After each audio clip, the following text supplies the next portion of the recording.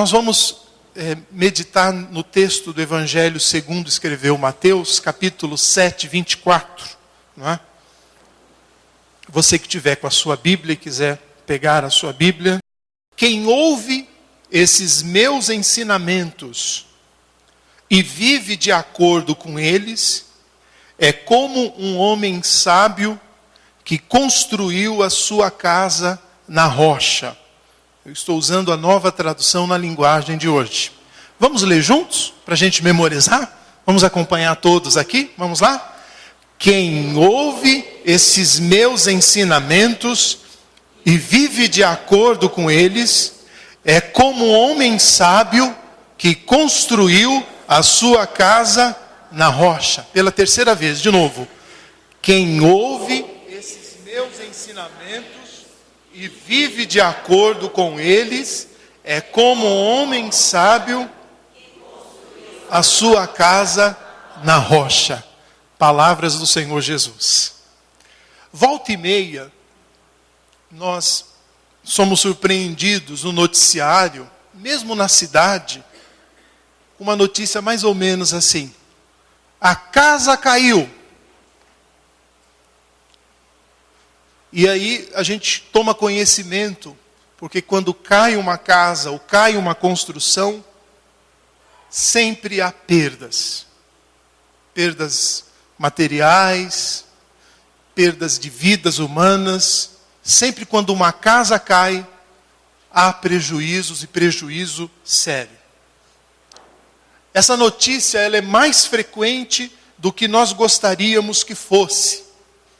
Em 2019, vocês vão lembrar, não é? Prédio desaba no Largo do Paissandu, na capital paulista. Lembra?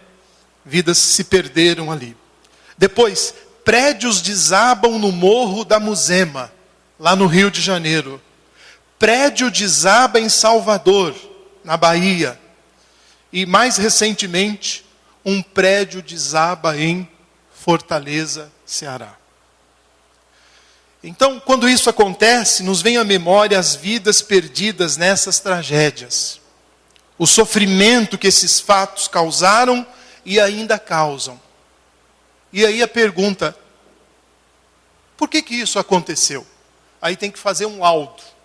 E aí os laudos apontam erros de cálculos em projetos e reformas, falhas na execução de obras ou reformas, e falta de manutenção apropriada.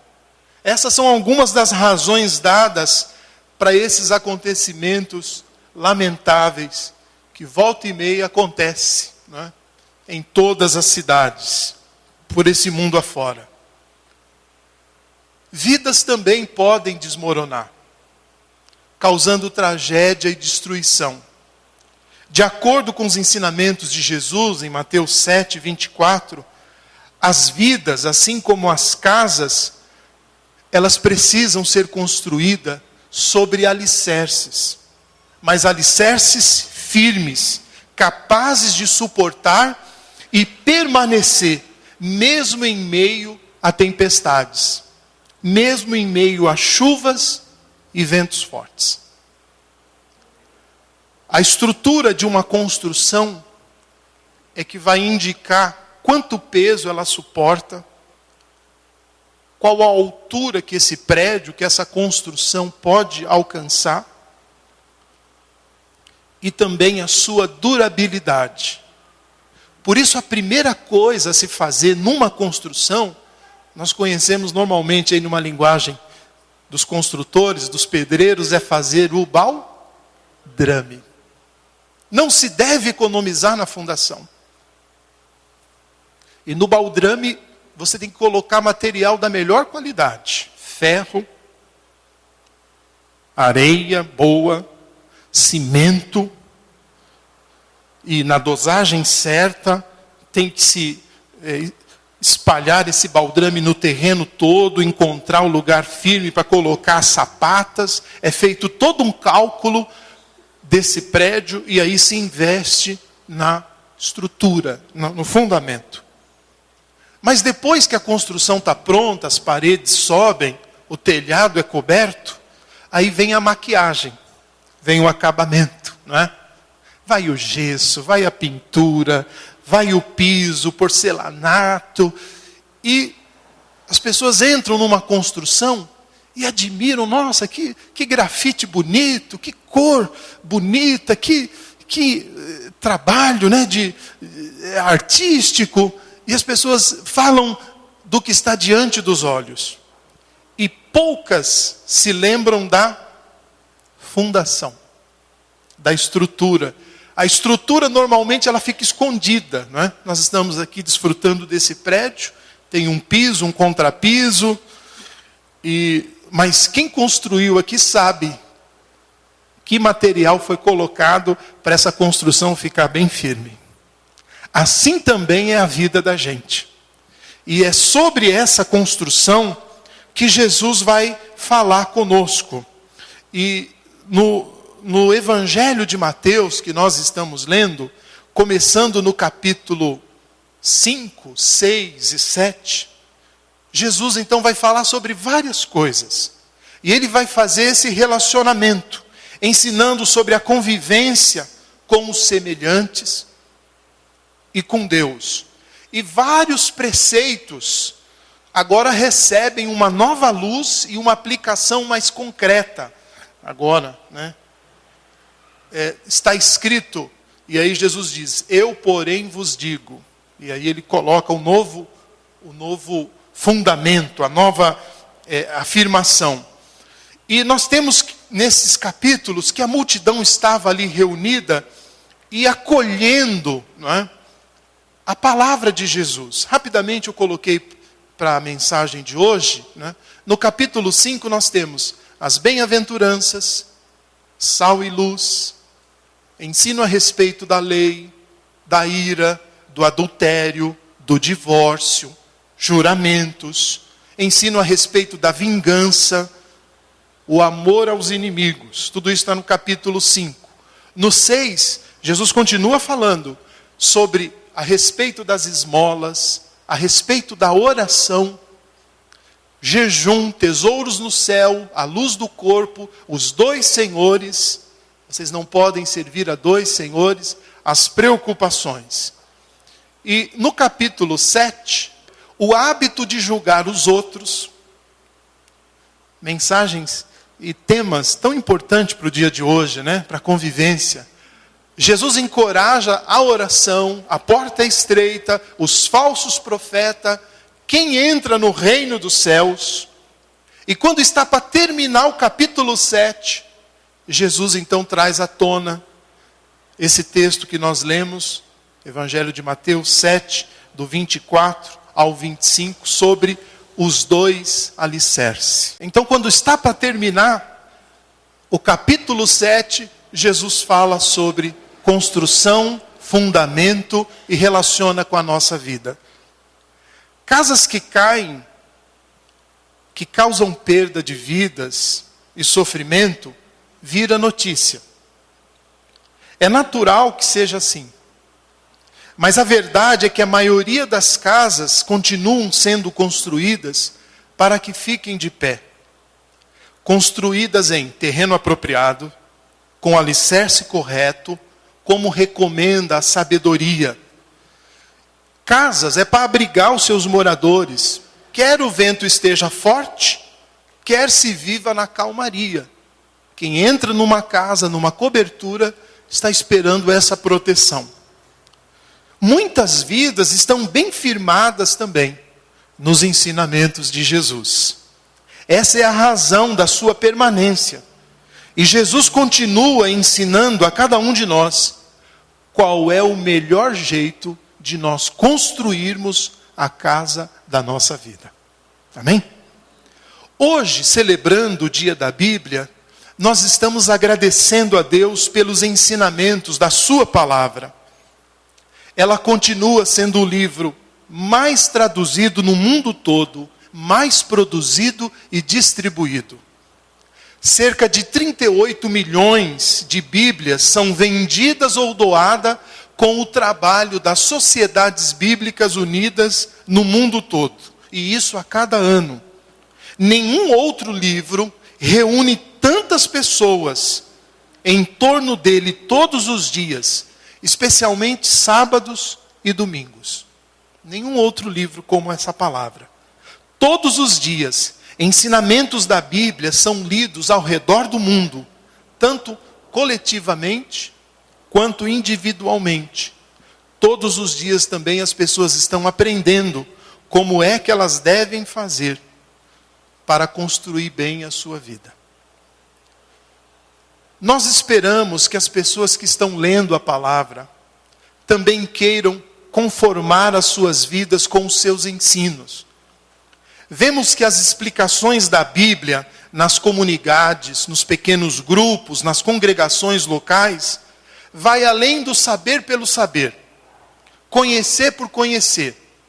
As vidas são motivadas a atitudes reais em conformidade com ela. Então, nós lemos a Bíblia para buscar dela o conhecimento, a orientação, como é que a gente deve fazer.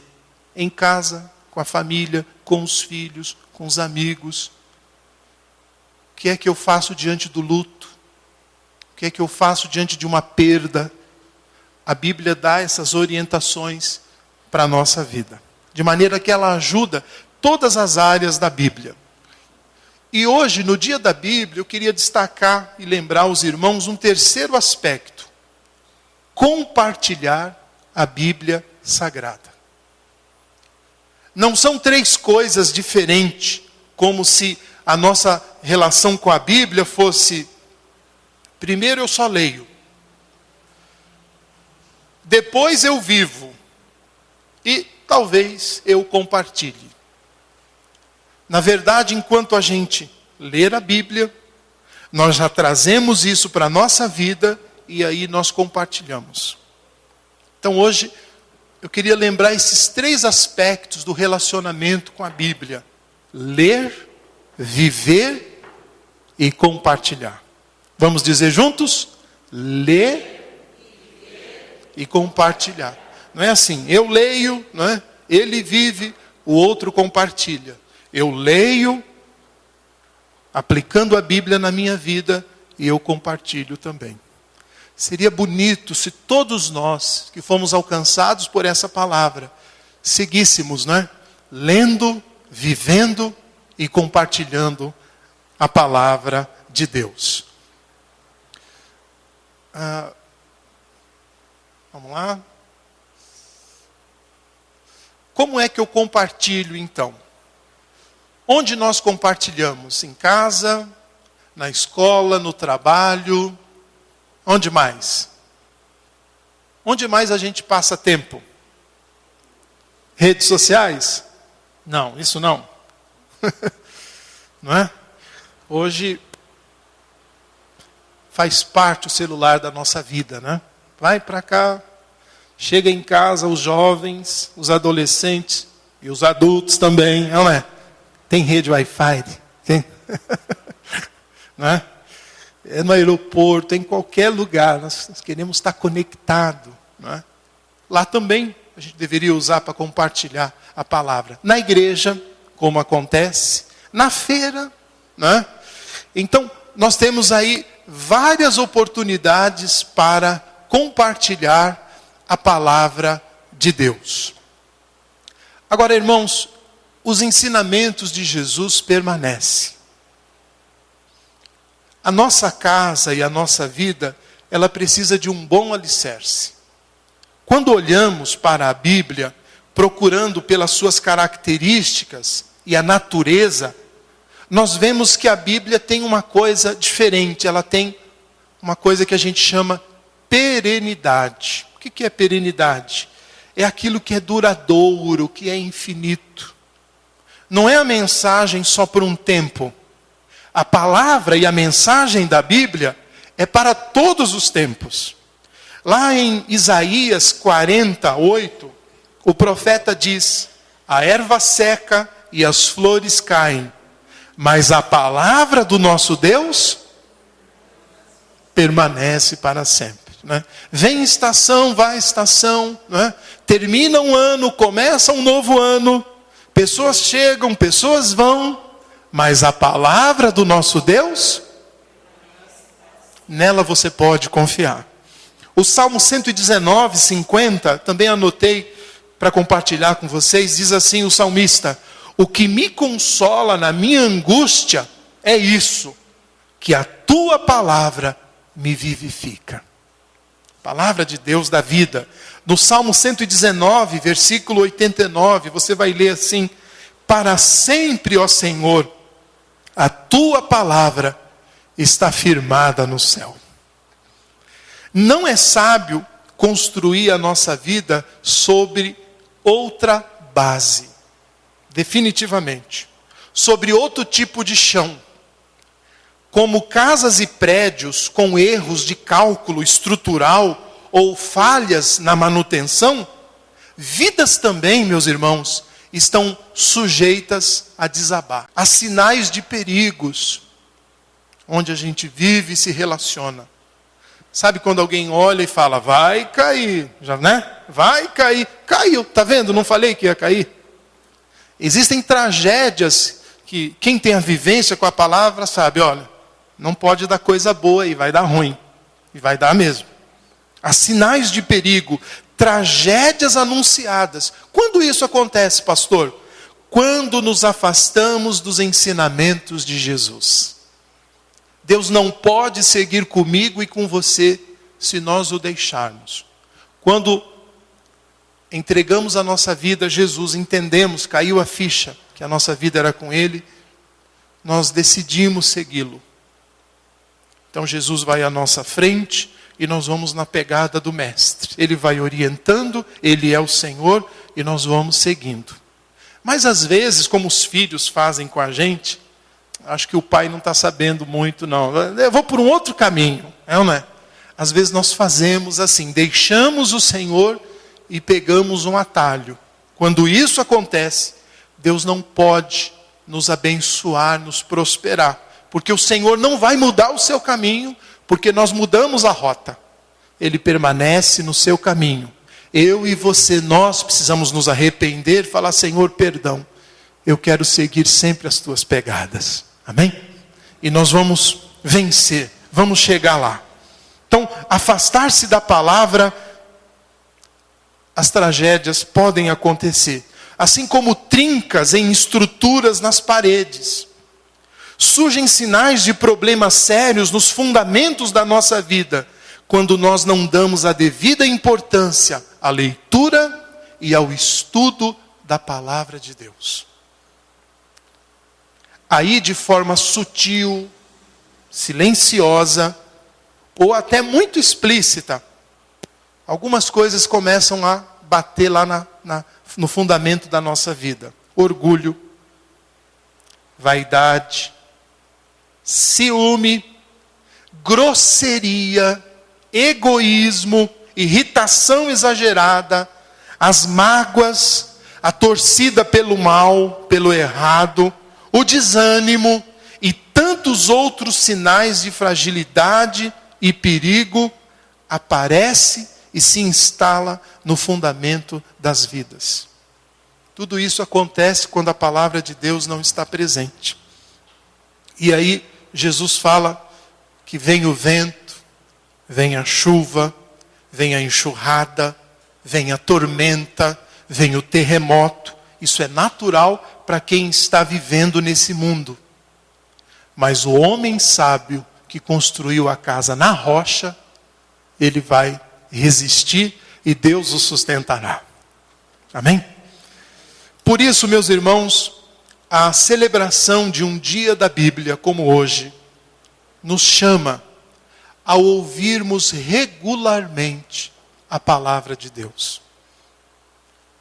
A decidir as coisas da nossa vida, e todos os dias a gente tem que tomar a decisão, utilizando os critérios da palavra.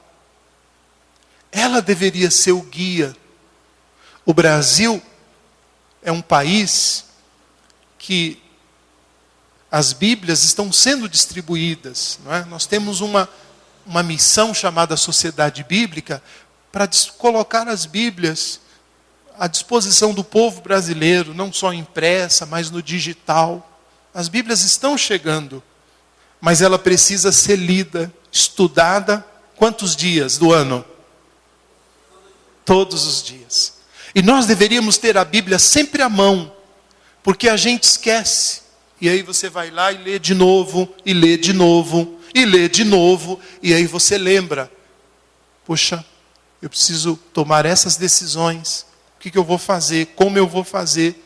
Considerando os conselhos da palavra de Deus. A Bíblia, ela apresenta e recomenda no nosso dia a dia preceitos e orientações de Deus para a nossa vida. E, finalizando, o Senhor Jesus nos convida a ler, ouvir a palavra, viver, praticar e também a compartilhar. Vai aparecer ali a sua palavra. Quem fizer assim, está construindo a sua casa sobre a rocha. E eu finalizo então com esse texto bíblico de Filipenses 4, 8 e 9. O apóstolo recomenda. Vamos ler juntos? Por último, meus irmãos, encham a mente de vocês com tudo o que é bom e merece elogios. Isto é, tudo que é verdadeiro, digno, correto, puro, agradável e decente. Ponham em prática o que vocês receberam e aprenderam de mim, tanto com as minhas palavras, como com as minhas ações. E o Deus que nos dá a paz estará com vocês. Amém? Que Deus nos abençoe com essa palavra. Que nós possamos sempre louvar e agradecer a Deus por tudo que Ele tem feito.